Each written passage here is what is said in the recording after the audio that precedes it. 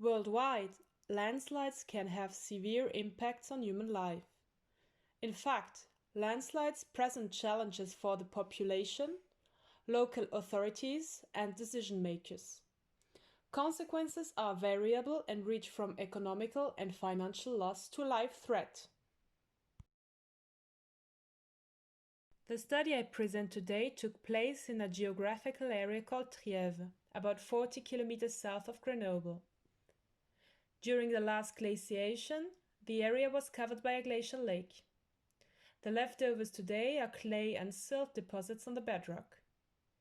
These geological conditions and slopes, in combination with meteorological conditions such as drought, heavy rainfalls, and snow melting, make most of the area prone to slow and rapid landslides that can happen on the surface and more deeply. Due to its geological specificities, the Trieves region is affected by more or less frequent and active landslides that are more or less severe. At present, it is estimated that about 15% of the surface of the whole region is affected by active landslides. You have, for example, Armalières, a very active landslide at the foot of a village. The picture at the left side shows leftovers from an expropriation of several houses that took place about 10 years ago due to a heavy activation of a landslide. The picture on the right shows a relatively slow landslide in a village. High-risk areas are monitored by geotechnical instrumentation. But when humans are affected, having data is just not enough. Data has to be interpreted. What does it mean when the instrument says the landslide advances X centimeter per year? When is a landslide dangerous?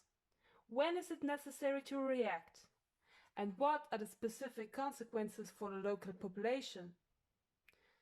Decision makers have questions, and some of the locals that have been living there for a long time and who know the land well might deliver us interesting insights.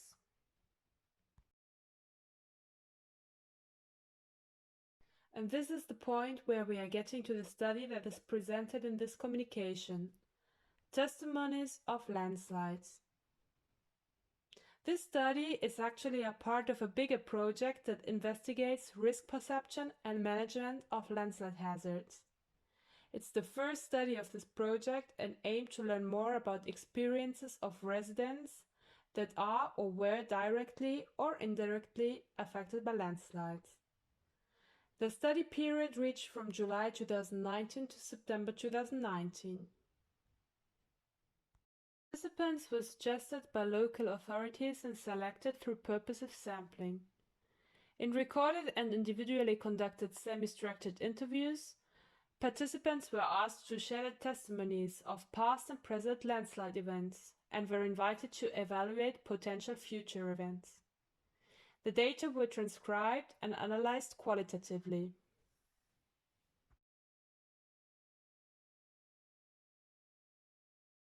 Since qualitative results are very long to report, I focus on some of the main thematic categories that were identified. For some categories, I will show subcategories. Whenever useful, I will give examples in form of a verbatim for the categories. In general, participants were not very worried about being subject to future landslide events. Most of them seemed to have accepted living with the risk and claimed not to be afraid or think much about it. They mostly perceive their houses to be on a safe spot and do not see the danger for themselves.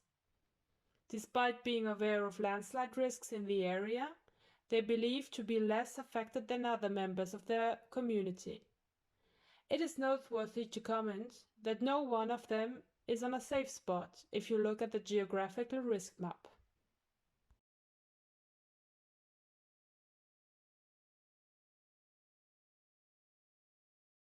For place attachment, participants expressed mostly positive feelings about their homes and the area around them. Concerning control beliefs, participants mostly thought that landslides were not controllable or to be mastered. More fatalistic beliefs were expressed, such as judging landslides to be unpredictable and that there is nothing to be done about them.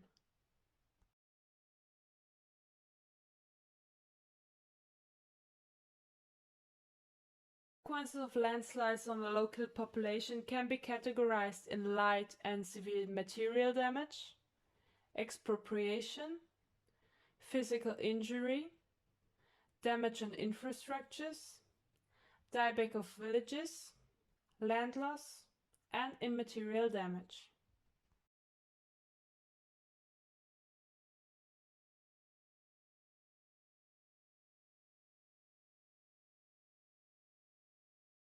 Participants evoked several causes for landslide activities in their region.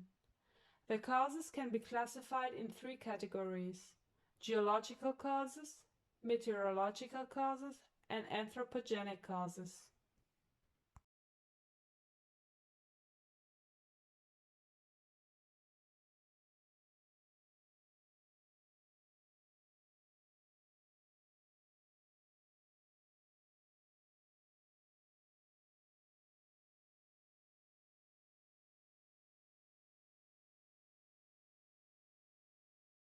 To reduce negative consequences of landslides, participants suggested several prevention and protection measures that a private person could undertake.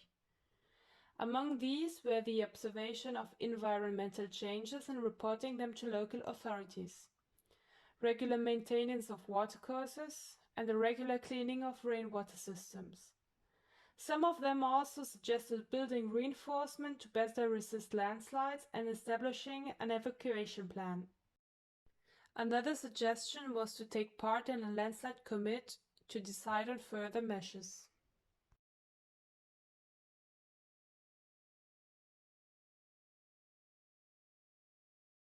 Where do we go from the study? Testimonies of Landslides is the first study of a PhD project I currently work on. The results of this study and findings of past research allowed us to construct a model that we are about to test in a current study on risk perception and risk management of landslides. Further studies are planned.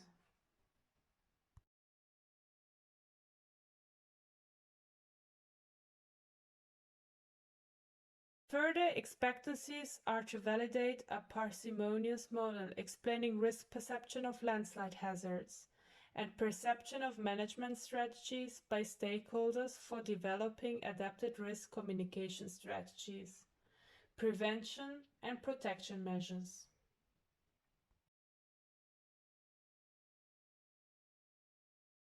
I thank you for listening, and I'm looking forward to answering your questions if you have any.